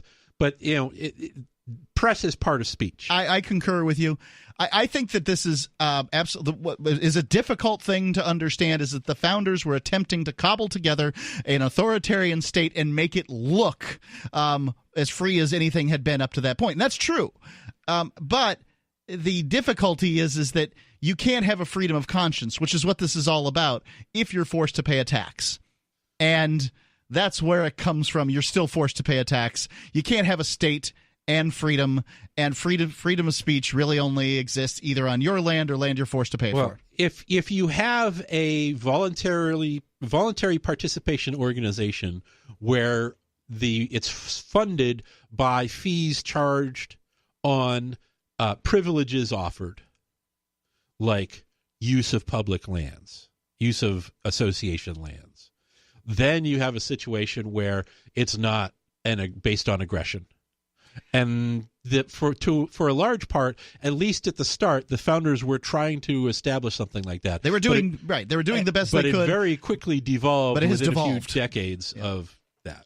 Let's go on and finish this up real quick about the suggestion here is that the concept of free speech is held in such high regard by libertarian circles that when a leftist suggests that giving a Nazi a chance to advocate for genocide isn't a good idea, the libertarian is forced to defend the Nazis so as to stand up for their ideas. Not exactly. Obviously, the alt-right aims to limit free speech when they eventually come to power. They won't. But since they are yet to achieve the power, they don't mention it. Instead, they absorb free speech as a rallying cry. What this guy's saying is what many leftists have come to the conclusion that free speech is too dangerous because the allure of Nazis is so high that we can't let them speak. And since the Nazis were voted into power, that also means we can't afford democracy either. And that's a weird thing for them to ask of us, because if I'm going to say that I have to revoke, just assuming that this is a right, and I don't think that it is, that I have to revoke rights from Nazis because they're too dangerous, what makes you think that you're not more dangerous than a Nazi from my vantage point? Like, you're both statists. I don't see that big of a difference. There are some practical pros and cons on both sides, I guess, but there's nothing inherently worse about a Nazi than a communist or a socialist. Communists kill a hell of a lot more people in the 20th century than Nazis ever did. So if I'm going to take free speech away from Nazis, I damn sure I'm going to take it away from communists. I'm not going to take it away from anybody. Trying to distinguish between the two, I really and this writer probably would vehemently disagree with me, is that Nazis were National Socialists. They were as much left-wing as any other socialist or communist. The only real difference between the Communist Manifesto and the Nazi Party Manifesto was that the Nazis were nationalists and communists tend to be internationalists. They want not a single nation being communist. They want the whole world to be communist. Yeah, I think that it really does come down to these sorts of things. To me, they're both just authoritarians. That's correct. And it's hard to argue the minutia when you just claim that title. And the whole left versus right thing is a sort of a rope-a-dope fiction that the authoritarians use to basically confuse people. The left and right is it's perpendicular to the actual political axis, which is freedom versus tyranny. And all of them are on the tyranny end, and we're on the liberty end of the real axis of political power. The author goes on, we should also discuss the failings of the left here, as much as I'm reluctant to do so. Quite frankly, the left is pretty terrible at explaining its ideas. Well, you've been so far. One of the reasons is you're using an ad hominem instead of going for the issues. I'm a Marxist, but if I started talking to a libertarian using words like proletariat and Leninism, they would bolt right back to their reactionary ideology straight away. The left isn't as accessible as the alt-right is to them. Libertarians are also easily pushed to more authoritarian ideas by groups such as Antifa, who they see as a threat to them due to the absurd myth that Antifa attacks anyone right of center. I have no trouble debating a communist using their own words of proletariat and all that stuff. Yeah, welcome. Yeah, the number is 855-450-3733. Want to talk your commie stuff? We welcome you here on Free Talk Live. LRN.FM now has a Discord. Discord is a free text and voice chat platform, and we now have our own server with a bunch of channels at discord.lrn.fm. You can join other listeners as they chat about various things during our live shows, or anytime, day or night. Discord software is available cross-platform, so you can have it on whatever device you want and take your chats anywhere. Join our Discord at discord.lrn.fm. That's discord.lrn.fm.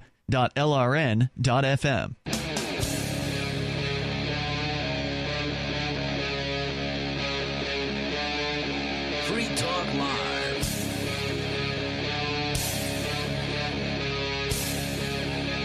It is Free Talk Live, and you are free to call in and talk live.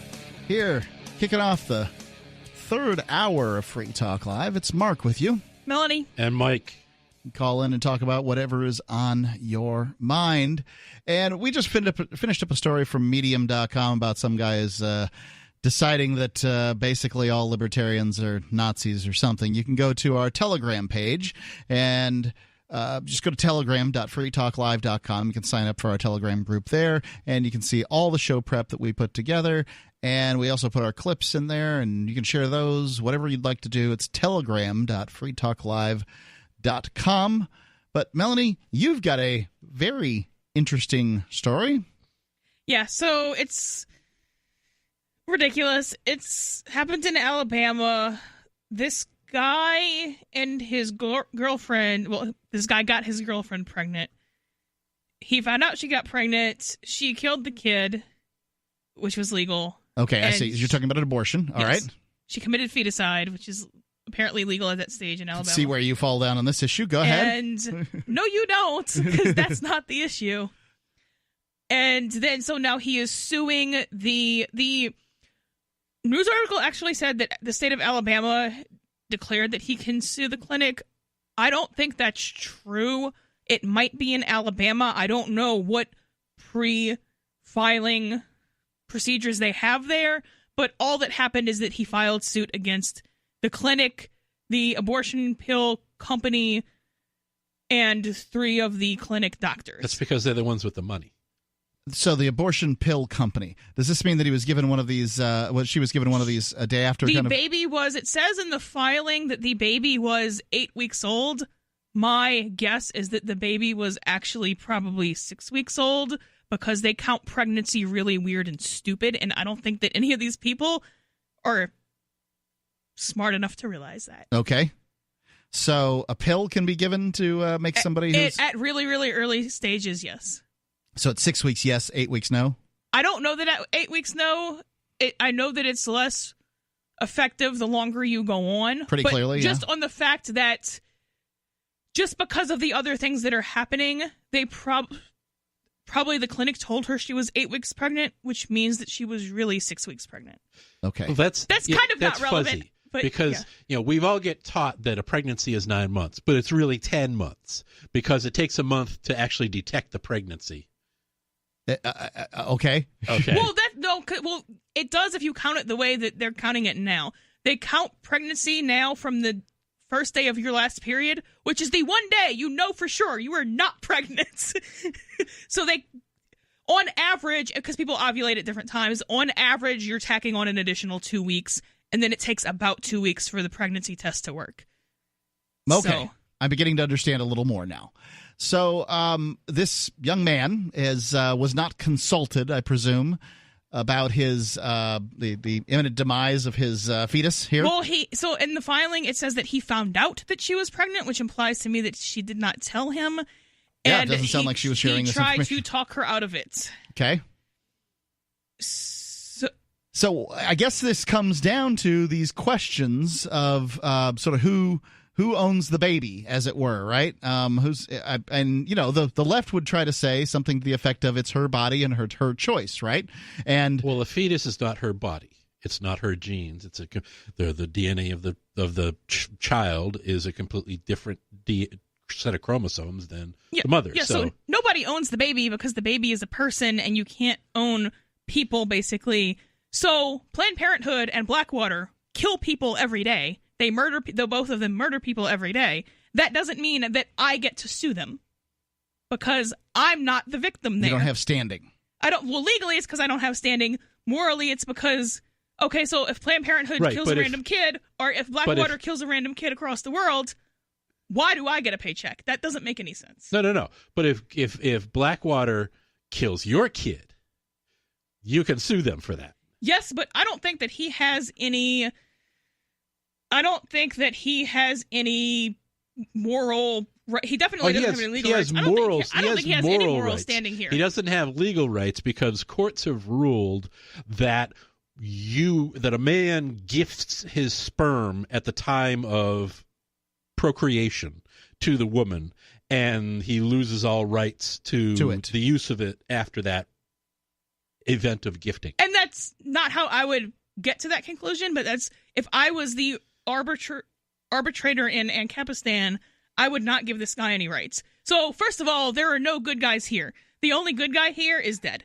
Everyone still alive in this scenario. The child you're referring to is a bad guy because you have the woman who killed her kid, you have the guy who kind of allowed that situation to come about, you have the hitman, and then you have the hitman drug company. Well, even the fact that you've admitted that the fetus was a good guy means the fetus was innocent. And so you've executed an innocent person without due process. Right, but that doesn't mean that anybody... So, the thing is, he's an accomplice.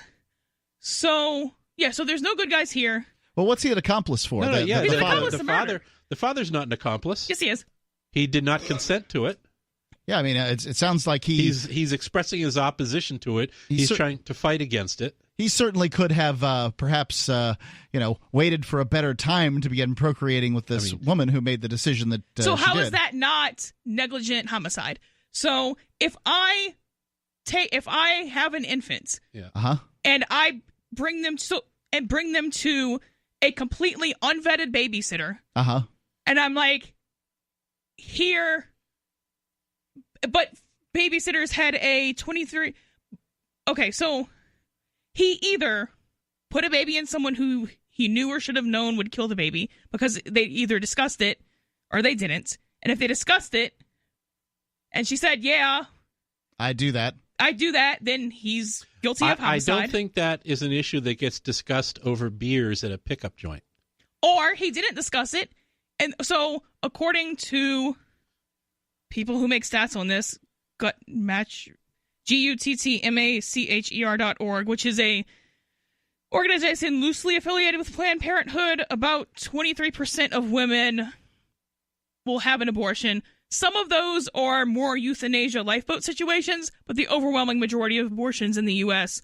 or what people think of as abortion, just Birth kind control. of convenience birth control reasons. Okay. So if I know or have easily access to the information that 23% of all babysitters are pedophiles, and I hire a babysitter at random and just give them a kid, Now, I am highly negligent. You're not saying that 23% of babysitters are pedophiles. No, You're they are saying not, but 23% of women have abortions. This is not... You're saying that he was negligent in the fact that he did not have a conversation, did not determine, if he did determine, did not determine in the positive that she would keep the baby. I can see that. I don't see that. I see him as a victim. Victims aren't always known as good guys. He's not a victim because the baby is the victim. He's an accomplice.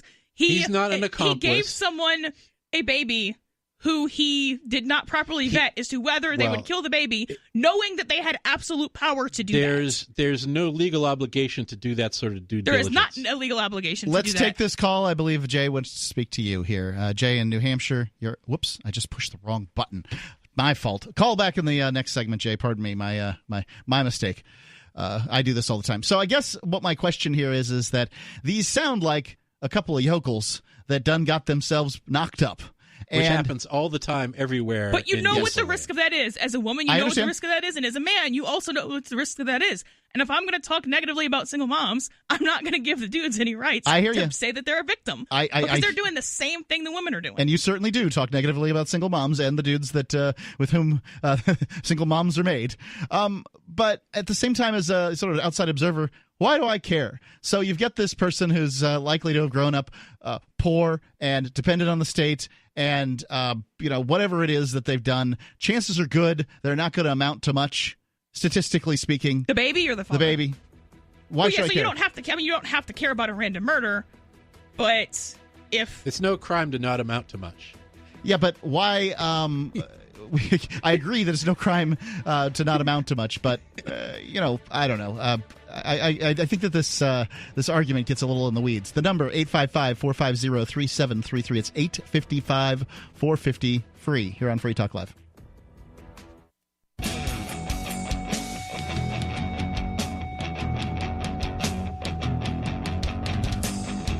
Free Talk Live. You can call in, talk about whatever's on your mind. It's Mark with you. Melanie. And Mike. And we're going to go straight away to Jay calling in from New Hampshire. I just hung up on Jay, sadly. Jay, are you there? I'm from New Hampshire. Okay. Oh, where are you now? Mike, I have an honorable, God-fearing friend that worked for Blackwater and summarily executed the worst of human beings. I believe this is James in Arizona who is calling in. Why shouldn't Mark and Melanie serve the same fate? And what would be wrong with it if they did? James, I don't know exactly what the arrangement was. James, I'll let you ask your question in just a second. Why would it be wrong? James. You're lying. James. Why would it be wrong to kill the preacher that lies? James, Mark. I have a question for you. Yeah, I think you've been banned by Ian. Isn't that correct? You're going to pay for lying about me on the public airwaves. Hey, or I'm going to hurt your family. You're going to hurt my family? Oh, we can't make threats. I'm going to ruin your little kid's life. But in the meantime, when you say you're going to hurt my family, wait, James, I've got a question. When you say you're going to hurt my family, what do you mean? You'll soon find out. Oh. I'm not going to say anything. I'm not going to talk about that. But you've been saying that you're going to hurt my family. Mike, I asked you James, you've been saying that for 5 years. I've had enough of your crap. I've given you fair warning. What kind of fair warning? What do you want me to do with this fair warning? And pay me. I'm going to ruin your life. No. I really want to get into this, James. Lied about me on the public airwaves. James, I don't know what you're talking about, lying about you on the public airwaves. You would be dead. James. You're lucky I still feel Jesus, or you would be I don't know what. dead. Is Jesus going to kill me now? You can't say that word on the... Oh, did he say a bad word? Yeah. Okay. Looks like he got dumped.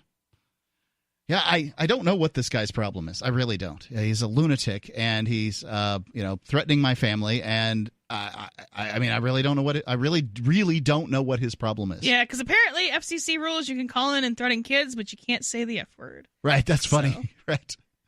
So anyway, I got to say that I find it all very disconcerting, but I don't know what to do about it. Threatening kids is just a fourth-term revolution. I mean, I've called I've called the police in the town that I believe he lives in. They told me to take a long walk off a short bridge.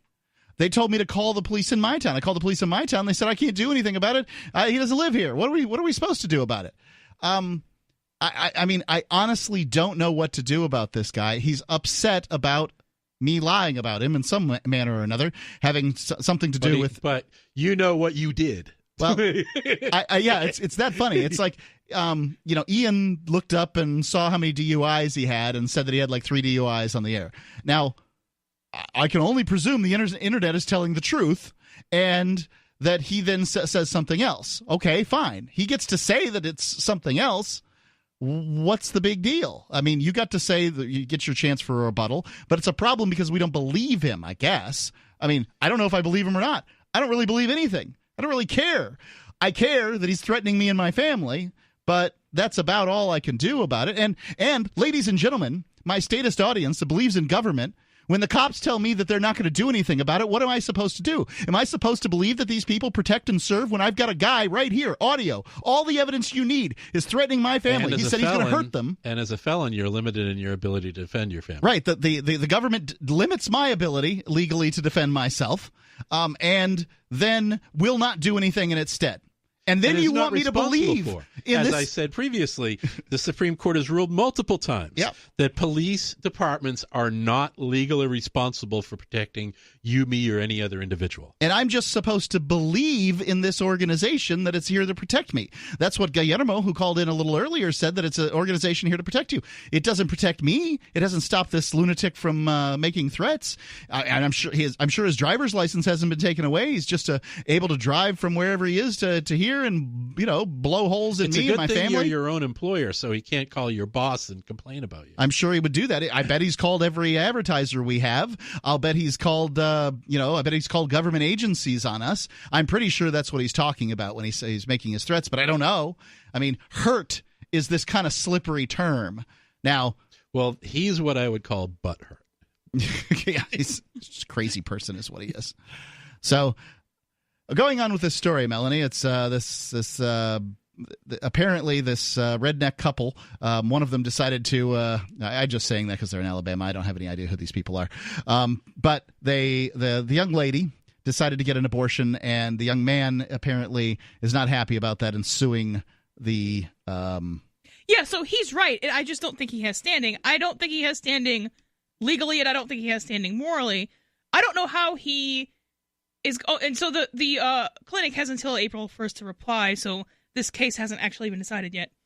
Although there are states right now that are passing some new abortion legislation that will give men the ability to exercise those sort of rights to defend their fatherhood rights over a unborn fetus against being aborted against their will, as well as other things like you can't abort something with a heartbeat, things like that.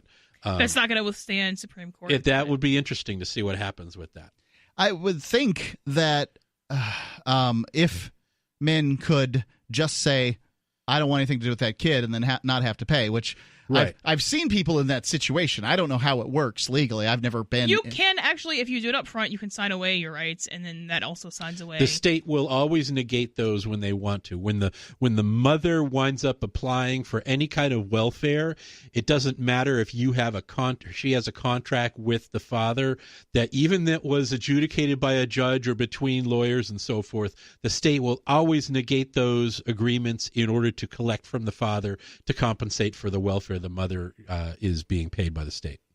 Okay, so that I might be wrong. Yeah, I don't know how these things but work. Yeah, so I would be in. So for almost practical reasons more than moral reasons, I would be in favor of that. So legally, I don't know how he has standing because I don't know how he's going to prove fatherhood. I don't think that the clinic kept a DNA sample. tested the kid. So That's legally, he's not married to her. There's no presumed paternity for non-married couples. He's just some guy. He has no more legal relationship to this kid than I do. He has a genetic relationship, that he can't prove. Right. Yeah, a presumed. And technically, he doesn't know that. And just because you're banging some chick for 2 years doesn't mean the kid's yours. Is that the evidence? Is that true, well, or just he could subpoena? Well, I mean, I don't know if he's the father, but He could subpoena the, quote, waste material and have it DNA tested. Well, no, he can't because she took the abortion pill. And he's going to subpoena the sewer waste company. I mean, he's out of toilet. The clinic doesn't have the body, and they never did. Yeah, he's out of luck on this one. Yeah. Again, I used to care deeply about this issue. I used to be, first I was pro-choice because I was young and single and didn't want responsibility for my actions. Then I had a child. I saw how important they were and what a valuable and precious thing it was. So then I'm pro-life. And now I've become I just don't care about you people and your problems, because the vast majority of people that are getting aborted, human beings that are being aborted, are human beings that would have likely, they would have been born in the lowest quintile or the second lowest quintile. I like to say that the saving grace of having abortion is that it's kept 70 million voting Democrats off the voter rolls. There you go. And that's the thing is it looks a lot like a genocide. It looks like a leftist genocide in more cases than not. 855-450-3733. It's 855-450-FREE is in Free Talk Live.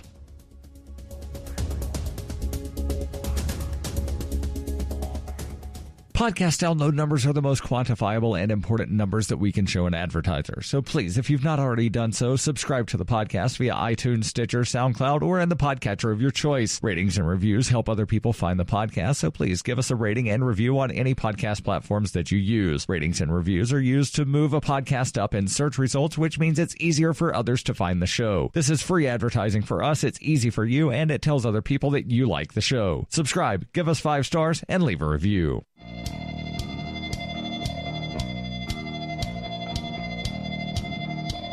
Free Talk Live. It's this live edition. You can call in, talk about whatever you want to talk about here on the air. We've got phone lines are open for you at 855-450-3733. That's 855-450-FREE. Or you can call the Discord lines. You go to discord.freetalklive.com. That's discord.freetalklive.com. And you can download the app there and, call in that way. Sounds a little better. Let's go to the phones real quick. We've got David calling in from New Mexico. David, you're on Free Talk Live.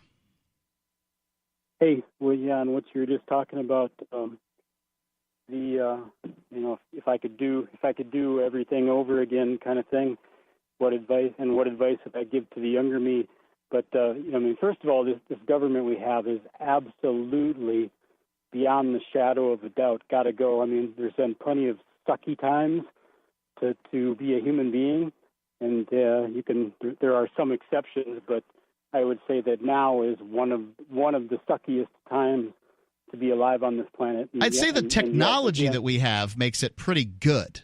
Yeah, but the technology is the one saving grace that's empowering individuals and will be the way that we are able to escape But the government gets to use technology too. Sure, but in my opinion, technology tends to empower individuals more than it does groups. Because I hope that's true. It does. Technology does do that. And remember that I didn't call about the technology. I called to make a different point. But since you went off on the technology thing, the technology does make things better.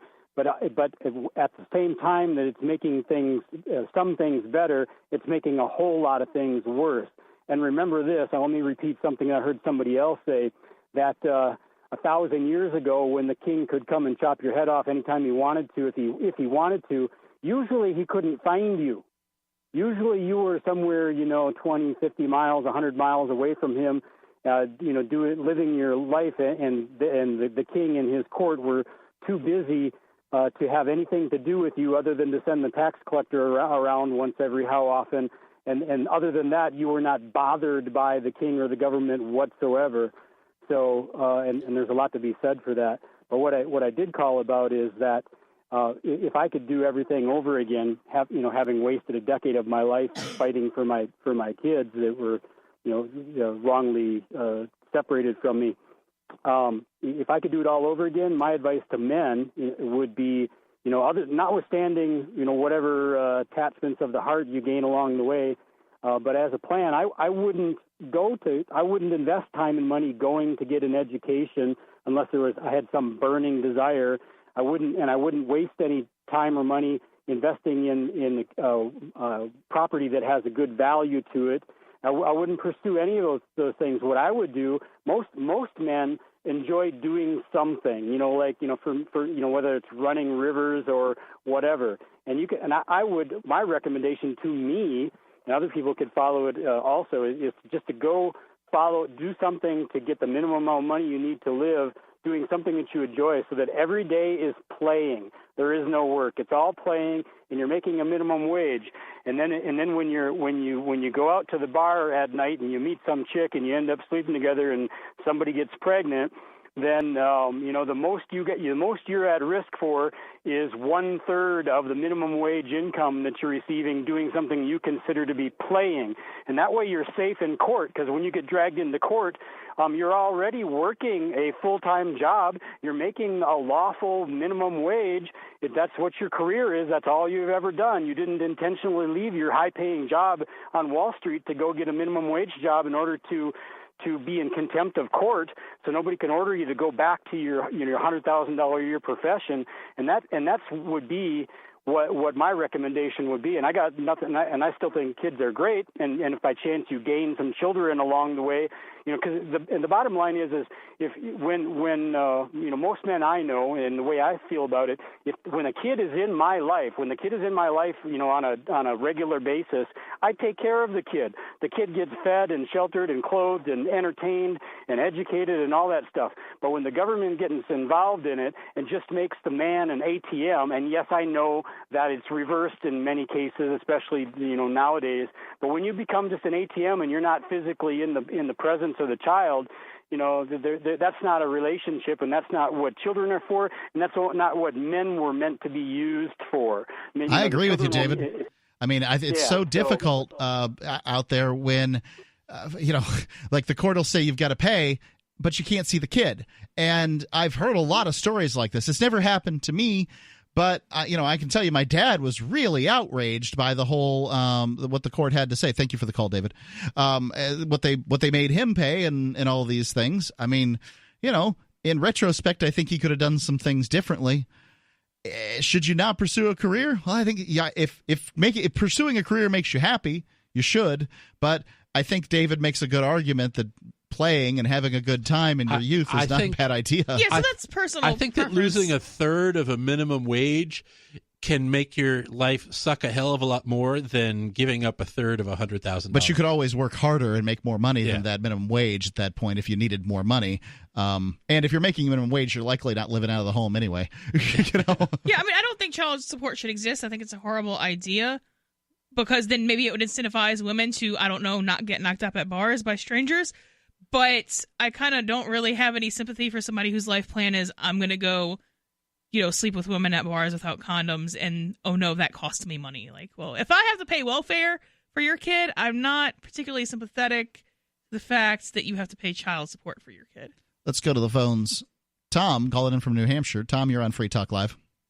They say truth is treason in the empire of lies. Yes, it does. Yeah, I think it probably would be. If there was an empire of lies, truth would be treason, right?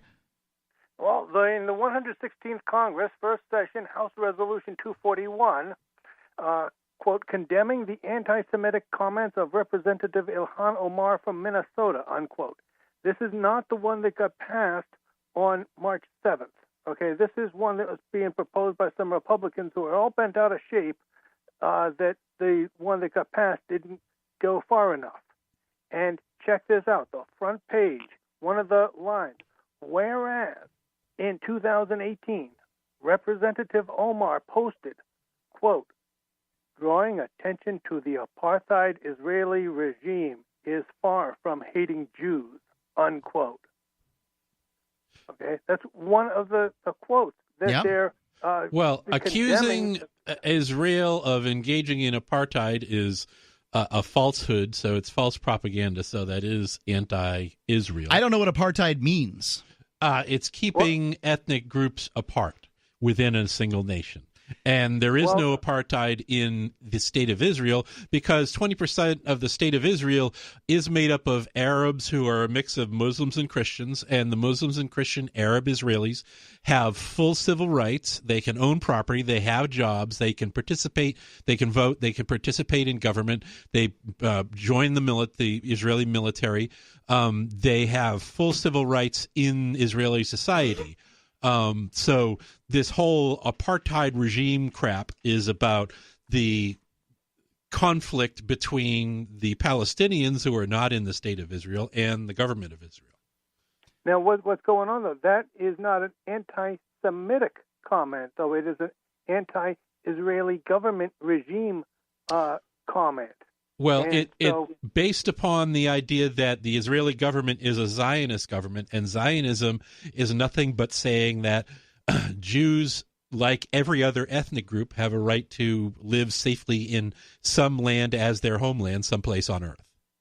I don't know. I mean, what ethnic part am I? I don't know that I think that. Here's what I think. I think that if the United States, FDR, had not been a racist bigot and had accepted in the ship of the damned, the USS Amsterdam, I believe is what it's called. USS? Anyway, the Amsterdam. SS St. Louis. And St. Louis. I'm sorry. Thank you. If he had accepted them in and then sent out the welcome to any Jews in Poland and Germany and Russia and wherever want to come here to the United States, we got a place for you. You just got to work hard and make a better life for yourselves. That the United States would be so much better off with this ethnic group. It wasn't that they weren't saying. That's not that they were saying not to come, because a lot of Jews did come. Well, let me point out here that and when you're talking about that, suffer is a better verb than hold the line, Tom. Them. Hold the line. Yeah. Free Talk Live.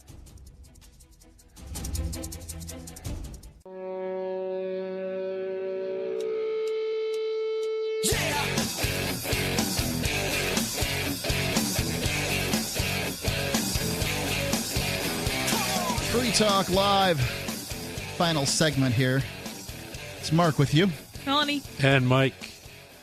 Got Tom in New Hampshire here on the lines. He's, I guess this is sort of an issue about that representative from Minnesota, Omar is her name. Ilhan Omar. Yeah, and sort of the issues there between Israel and, what's the difference between Israel and the Jews and what's anti-Semitic and all that other stuff. So let's bring Tom back. Tom, you were trying to make a point there that I kind of cut you off on. Drawing attention to the apartheid Israeli regime. That's a quote. Now, it might not be an apartheid regime, but even so, she's saying that it's far from hating Jews. And it's not hating Jews, it's hating the bureaucrats that run the Israeli regime. And the word suffer is a more accurate word when you're talking about these people who wanted to escape from Hitler, because suffer means you simply respect a negative right to migrate into the United States without getting stopped by them. Simply don't stop them from whereas allow them or permit them sounds more like you're giving them a positive right, like here's special permission, like if you're giving them a place to stay. You're letting them stay at your house. I agree with you, but the term suffer is so archaic at this point that people don't even understand it. I mean, the only time they've ever heard it used is Jesus saying, "Suffer the little children to come unto me." Okay, so for instance, women's suffrage was to give them the vote, but if you did a poll today and said that when we need to stop women's suffrage, half the women out there would say, "I agree. We need, we need to stop women from suffering." You're so generous, Mike. I mean, people really don't know how the depths. I give people the benefit of the doubt. The depths of your generosity. They really don't understand. So, Tom, what's the solution here? Like you said, it's a negative right. The right to not to be stopped when you do something is a negative right to do that thing, as opposed to a positive right, like let's give them special permission, like a license to move to the United States, as if you were giving them an apartment to live in too, and let them stay at your house, or give them a positive right to pitch their tent on your land when you're simply leaving them alone when they want to exercise their unalienable right to migrate into the United States, which is that would have been the solution, and it is. There's about 9 million residents of Israel. It's a chunk of real estate, about the size of New Jersey, which also has about 9 million people, easily absorbed into the 300 and something million people that already live in the United States. Simply let that. It's not the job of the United States bureaucrats to protect a chunk of real estate out in the Middle East just because their scripture says that it belongs to them. If they want to move to the United States, fine. Suffer them to move to the United States. Why can't Jews move to the Middle East? What's so wrong with them doing that? They can live there too, but it's not. They can do that, but it's not the job of the United States to defend the state of Israel. It's the job of the Israelis, and if they are unable to do so, I'm not aware of any time when the U.S. has sent any troops to Israel to help defend Israel. Don't they give money and weapons? There's military aid. Absolutely. There's military aid, which is the Israelis spend on American military weapon systems. Right. So it's corporate welfare. So it's corporate welfare for American industry. Paid for by people who are members of AIPAC in the sense that... and yes, the AIPAC... the Jews in America who pay large amounts of taxes because they are so wealthy that they can afford to donate to fund AIPAC's lobbying, they are having AIPAC lobby to have their tax money given to the Jews in Israel, the Israelis, to support Israel. So, do they have as much right as anybody else to lobby to have their taxes spent how they want it? I once saw, on Geography Now, I saw this is a YouTube channel out there, and this kid did a great job when he did the explanation of Israel, because here was a guy who walked in having no opinion and studied and looked and did everything. He does a very good job on every country that he does, and it just came to the eyes, and here's Israel, and time to do this Israel thing. And he parsed this intractable issue out in such a way that basically, like going back and forth, and this was our land, and this then you did this, and ultimately the question I think that's asked is that at the end was the Jews would be asking, well, if you guys were in charge in Palestine, how would we be doing? And the answer probably is not very well, right? Like if the Palestinians got to take over the state of Israel, the Jews probably wouldn't do very well. They'd be dead, or there'd be very few left alive. Now, there are some Palestinian Jews, but it's illegal for Palestinians. Not illegal, but they'll be killed if they sanctions will be put on them. It used to be a death penalty for a Palestinian to sell land to a Jew, whether they're a Palestinian Jew or an Israeli Jew. Right, but now they've reduced it to a life sentence. Right, very generous. Now. So that's not very libertarian of the Palestinian Authority to have that sort of a law, and I would bet that if these are just two socialist organizations fighting amongst each other, right? Very socialist organizations, leftist Jews with leftist Palestinians. I mean, these people are like sworn socialists. Well, I happen to know, I think you know him, was Yaakov Markel, who's a libertarian Palestinian Jew. Yes, and he's very good at explaining this issue. And one thing I found is interesting is that many Palestinians will say, well, my family lived on this land for generations. What they don't say is, we have a deed for this land, because they don't have back centuries. Right. In many cases, they were renters, though.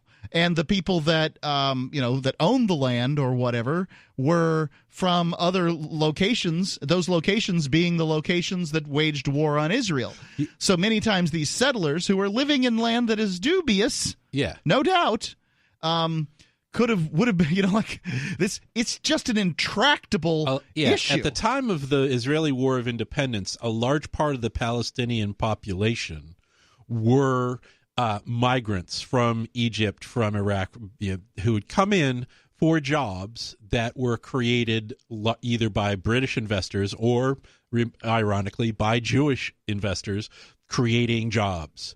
And they lived in towns and in homes that were real estate that was largely owned by Lebanese real estate tycoons. Right, and Lebanon was part of the 7 Days War, which Israel won, so one could argue that the landowners from Lebanon lost their land to the Jews. Actually, if one wanted to make that argument. And the thing is that when Israel was established, they actually created laws to compensate people who could not return, who owned land that had been taken. And so over the decades, most of those people have had their land paid for. What tends to happen is that the people who lose their homes, particularly these days, are people who have squatted on land they didn't have a deed to. They built the home from whatever stuff they could cobble together, tin, or however they got a hold of it. Thanks for the call, Tom. They built the home without any kind of, quote, permits from either the government of Israel or from the Palestinian Authority. And so someone comes along and buys the actual deed and wants to build something. So then you have a squatter who's getting kicked off their land, which I'm sure feels automatically Israel's fault. Right. Well, I mean, I think that there's a real mess with the whole creation of the Israeli state. Oh, yes. And if the United States had just welcomed Jews in 1939, that we wouldn't have had so many problems. I mean, the land of the free, welcome, come you're poor, you're all that stuff. And this is in many ways the creation of the West getting involved in what's going on over there. I don't know what Israel should do today, except I have no problem with a person using firearms to protect their home and their family. And what I find really fascinating over there is how the Israelis have used technology to try to minimize the impact of their defenses. So, for instance, when they engage in air assaults in Gaza, they have automated systems that call up every cell phone that's tracked in the area where they're going to have an air raid, and they warn everybody that an air raid is coming and that you should leave that area. Now, people who actually want to avoid that tend to get out of the area. That's what the U.S. did in Nagasaki and Hiroshima, too. Palestinians that want to be human shields voluntarily, or Hamas members that want human shields, will force people to be human shields, and they'll force them into the area where the attack is coming. So there's counterproductive there, but Israel is not responsible for the consequences of that because they're doing the best that they can do to minimize those losses. They're also building things like Iron Dome to minimize the impact of Iron Dome's a completely defensive thing by the sounds of it, and I don't have a problem with that. I would say this. If they could just give these people some amount of money, some country would take them because, well, they'd want the money, and then they'd be out of their hair. Just give them money and get them to leave. That would be my guess. And that's one of the solutions that they've come up with, but, we'll see. It's been Mark with you. Melanie. And Mike. Free Talk Live.